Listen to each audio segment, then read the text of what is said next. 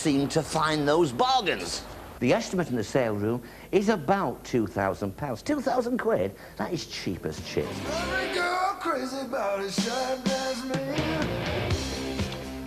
Cheers.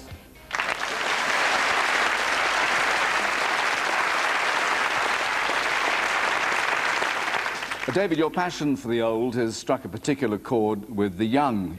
Among those toasting your success tonight are a loyal band from the London School of Economics. Fantastic. I think that's them up there.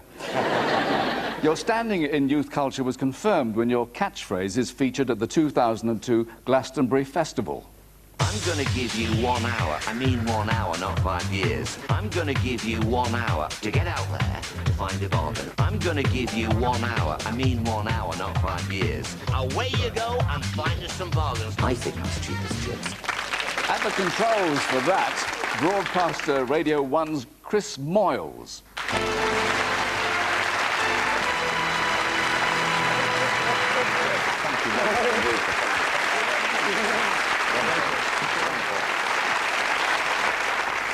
Chris, silly question, but what was that all about?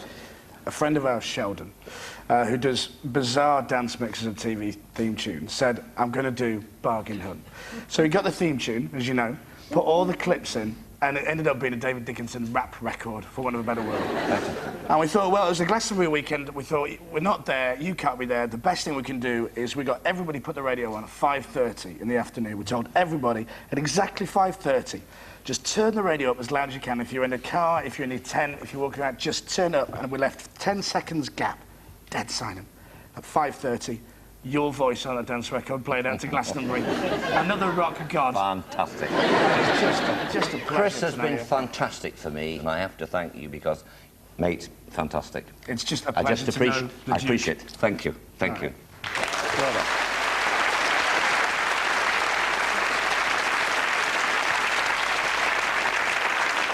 David, you selected your favourite Dickie bow tie a while ago for the National Television Awards when viewers crowned Bargain Hunt's success. The winner is...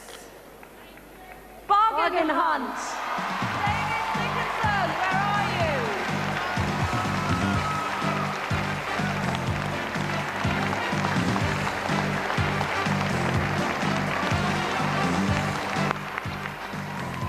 Well, this definitely isn't cheap as chips. This is an absolute Bobby Dazzler. Well, also delighted were Bargain Hunt's regular experts, James Braxton, Philip Serrell and Michael Hogben.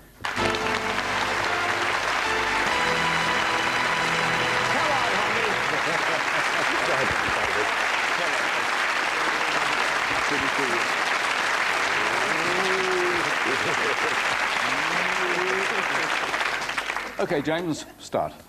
David is such a lovely man that I think he brings out the best in anybody who works with him. David, I've always known you to be a very snappy dresser, but I think it's time you got some of this stuff in your wardrobe. Especially the scarf. Absolutely. Well, you call me the diamond geezer. For me, you're a diamond geezer. Fantastic, fellas. Thank you.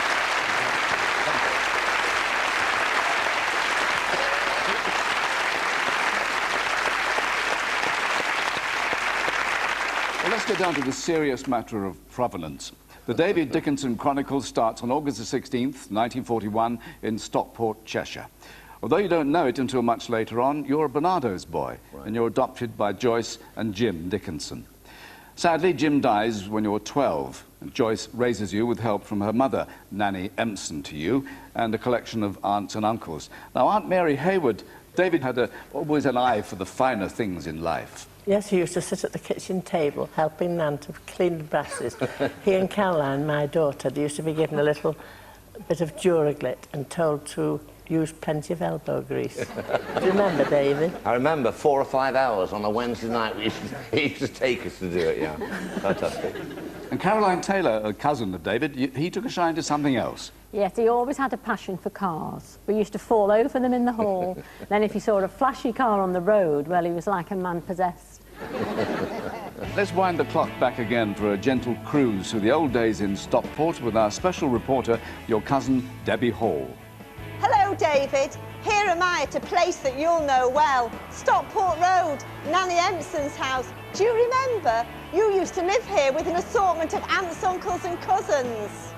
But you were a war child and Stockport was a target for German bombs. For a while, you and your parents moved down to Torquay in Devon. Back in Stockport, you had a real appetite for life and food. It was a full house, particularly at Christmas, so you had to state your claim. Any leftovers and you'd chip in. I'll have it, Nan. Good practice for bidding at auction. Remember Aunt Ethel's pea and ham soup? And the dressed crab. Lovely. You always had a good imagination too. Remember playing in the back garden? Camping was a favourite. And our Uncle John made 2 wooden chairs and you'd put them together like this. You'd pretend they were a motorbike and you'd have Cousin Caroline riding pillion. And you still like to play today. Tell you what, it feels so exciting.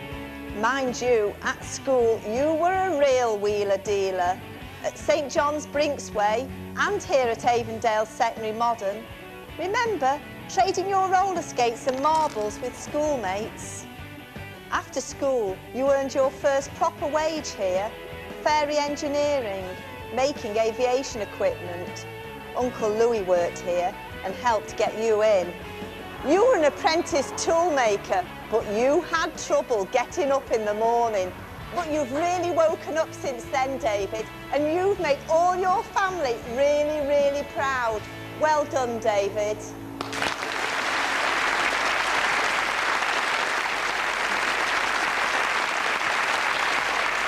Our reporter is here tonight, as you've noticed, another TV natural as well. Well, so far, relatively straightforward, but in 1953, your world is turned upside down. You discover some papers in a desk. What did they reveal?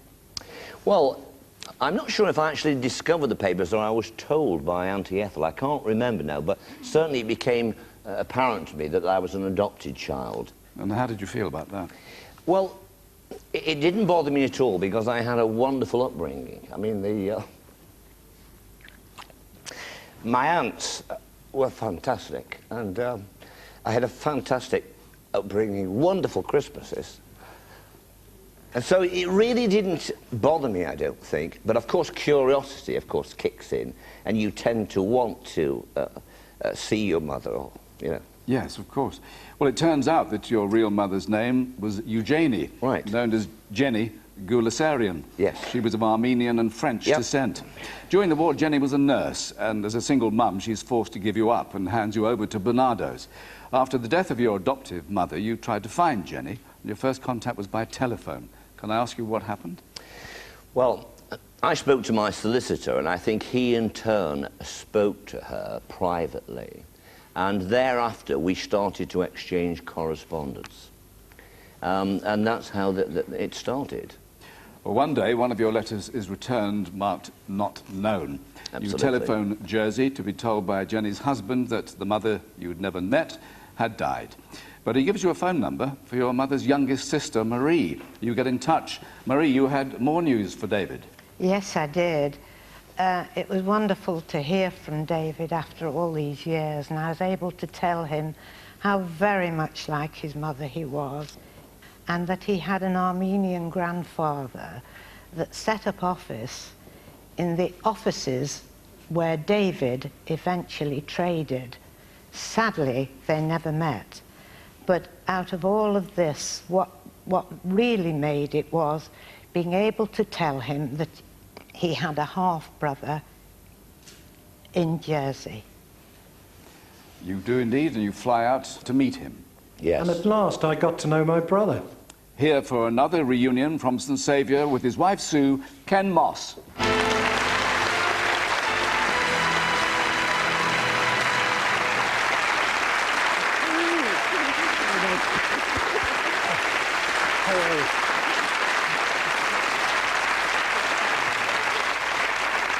It's an extraordinary story. There was a lot for you all to take in, wasn't there? It certainly was, Michael. It was a hell of a shock to find out that I had a brother after all those years. I couldn't believe it. And then, of course, that's right, you flew into Jersey and I met you for the first time And when David came out of the arrivals hall, I couldn't believe how much he was like Mum. It was just like a reincarnation. Absolutely incredible. I must tell you, Michael, that when I first arrived, Ken was there and he said to me, "I'll just go and get the car." He was gone for about 20 minutes and I thought, blimey, he's scarpered, you know. And then he came back and he said, "I'm sorry, David, but it was just such a shock because you're like looking like Mum in pants." Yeah, it was just mind-blowing, wasn't it? Amazing. And we certainly went out and had a few jars that night, didn't we? Quite a few, I would say. Well, I know you did, because you dropped me twice, carrying me home. I just wanted to say that we're so proud of you, everything you've achieved. Fantastic. I've got one problem. Yes. We can't keep up with the suntan anymore. Thank you very much.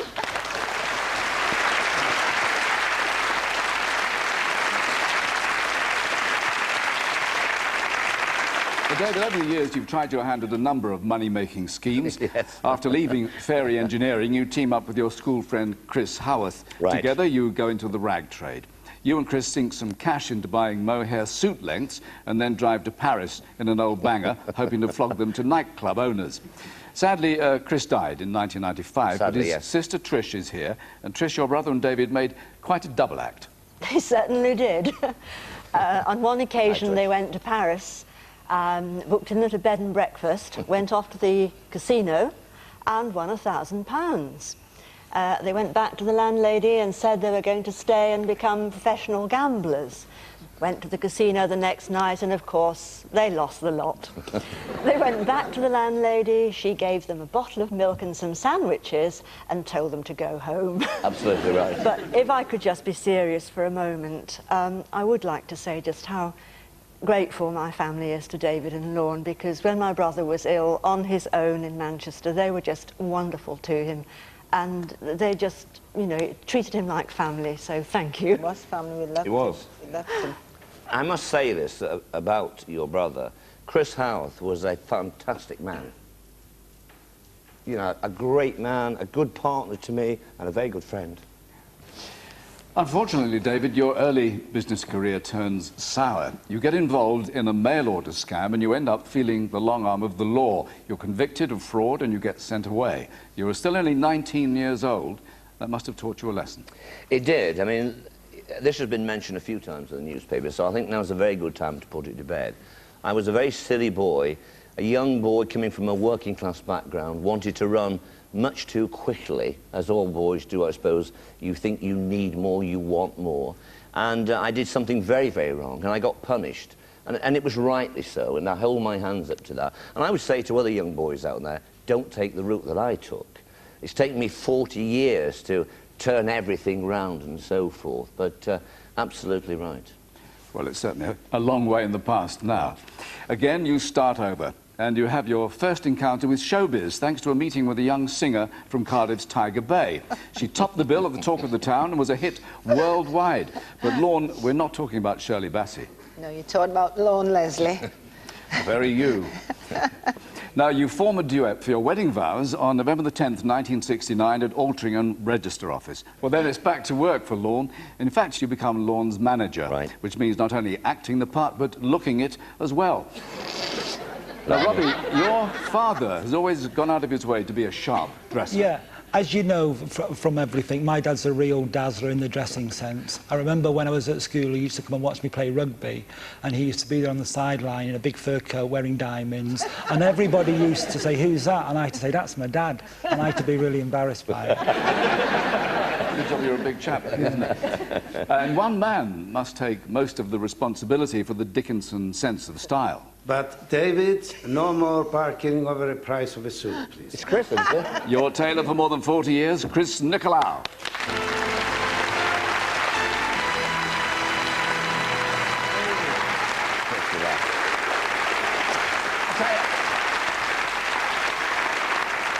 This guy has dressed me for 40 years, immaculate. As a young guy, I think I was your third customer. Something like that. Have you got a card with you? Yes. You have the measure of David, obviously. Of course I have. He came to my shop in 1961, carrying several suit lengths. That time the fashion was kid mohair and silk. and you sold me 2 lengths. I sold him 2 before I started. Yes, at the beginning. So he went away and he came back about 2 or 3 weeks later. Oh, he said, I would like you to make a suit for me. But you know, I don't make much money. Can you make me a special price? You know, you bargain with me. I thought a young man, good looking, selling materials, is good for the business. So I made him a suit, and I've been making the suits ever since. He kept bargaining every time, and this carried on until about 3 suits before. I said, David, you are doing so well now, you have to pay me the right price. And believe you me, I am. Now you are a better friend than ever before. Good luck to you and your future. Thank you, Chris. Thank you. Thank you.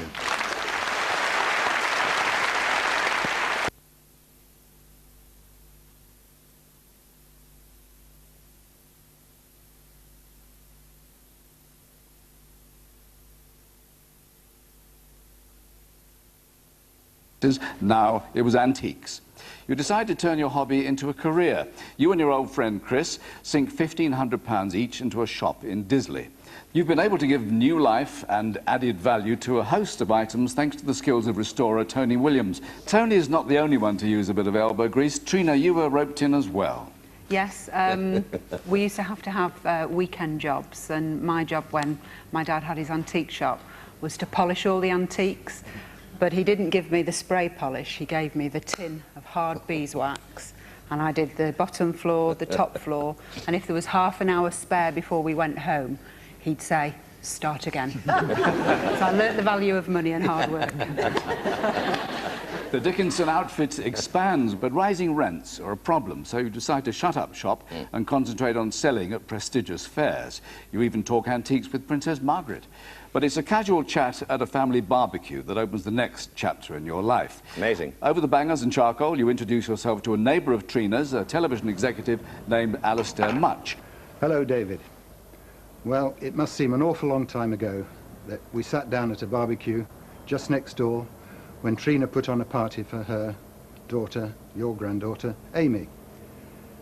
We had a long conversation on that day, and needless to say, it was on your favourite subject, antiques, and it was a fascinating insight into your world.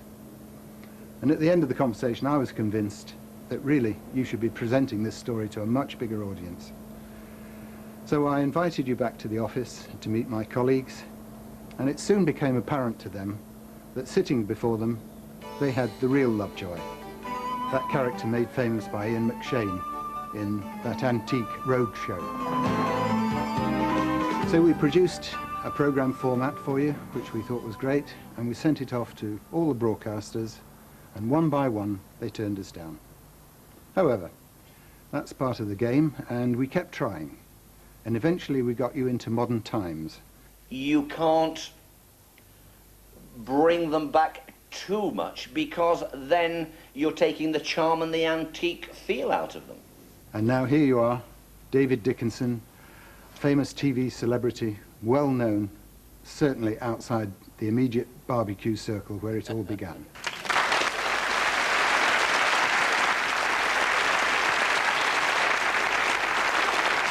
That was the start. More TV offers follow, Antique Hunter and the Antiques Show.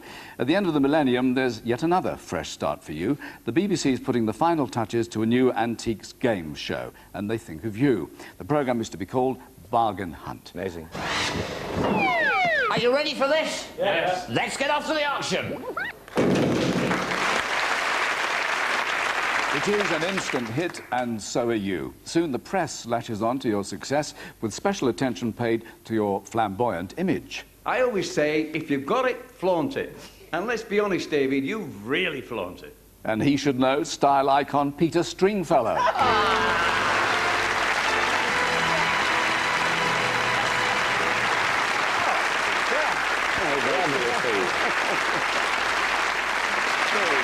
don't know if you're aware, but a well-known television presenter likened me to the love child of Peter Stringfellow crossed with a mahogany hall stand. And that's just what he was going to say. You're just a Bobby Dazzler. Of course, I'm a lot better looking than you. Of course. And why you've got such a beautiful wife, and I've no idea. But you're one of the best mates, you're a fabulous guy, and you and your lovely wife deserve all your success. We all love you so much, mate. Here. Thank you, Peter. And Thank you for coming. I don't know about the love kid, but the mahogany bit's right. Enjoy your success. Thank you, Peter.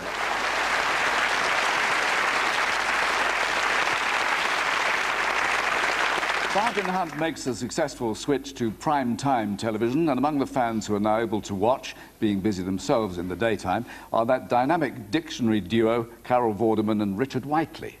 Hello, David. One of the dictionary definitions of a bargain is a favourable transaction.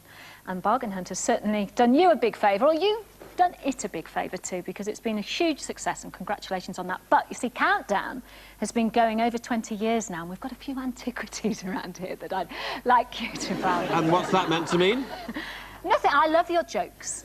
Well, I think my jokes, David, I'm sure you would agree, my jokes are like old wine. They improve with age. I know the press have had a bit of a field day with your sense of dress, but I'm surprised, aren't you, that they haven't latched on to your true inspiration, because... Need I say more? So, David, good luck, have a lovely evening, and all the very best to you.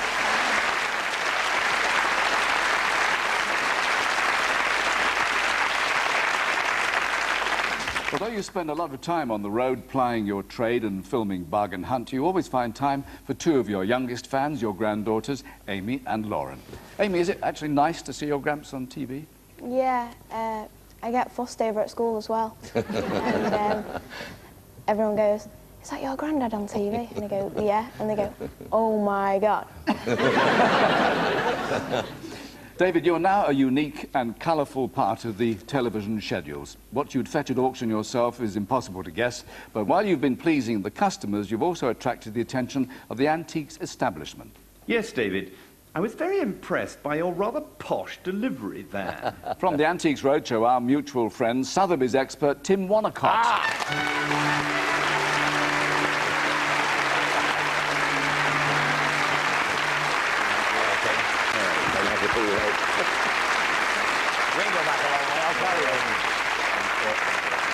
Tim, give us your miscellaneous and other kinds of thoughts. Well, it's a moving moment, this, really, isn't it? Because by 1979 or so, when we first met, your preferred mode of transportation, I remember, was a white Rolls-Royce. And we used to come across each other at Sotheby's when you'd be buying only the very best exhibition quality furniture and objects. And you'd be there dressed in black with this marvellous white motor car. And having bought your goods on the day, you used to load it up in the back of the roller, and occasionally there'd be a marble statue with its head sticking out of the boot. But seriously, David, it can't have been easy for you, because in those days the antiques business was pretty well populated with public school types. And really? Oh, yes. And you, of all people, did everything in your power to break down those barriers. I could say that you've done more than anybody I know to bring popular antiques to the people, and I congratulate you for that. Thank you very much indeed. We give up a lot more. David Dickinson, this is your life. Thank you very much indeed.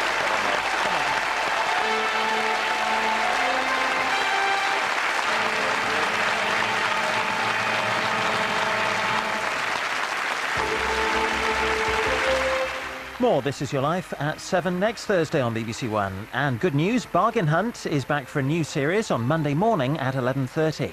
Next tonight, an EastEnders special, Dot Story.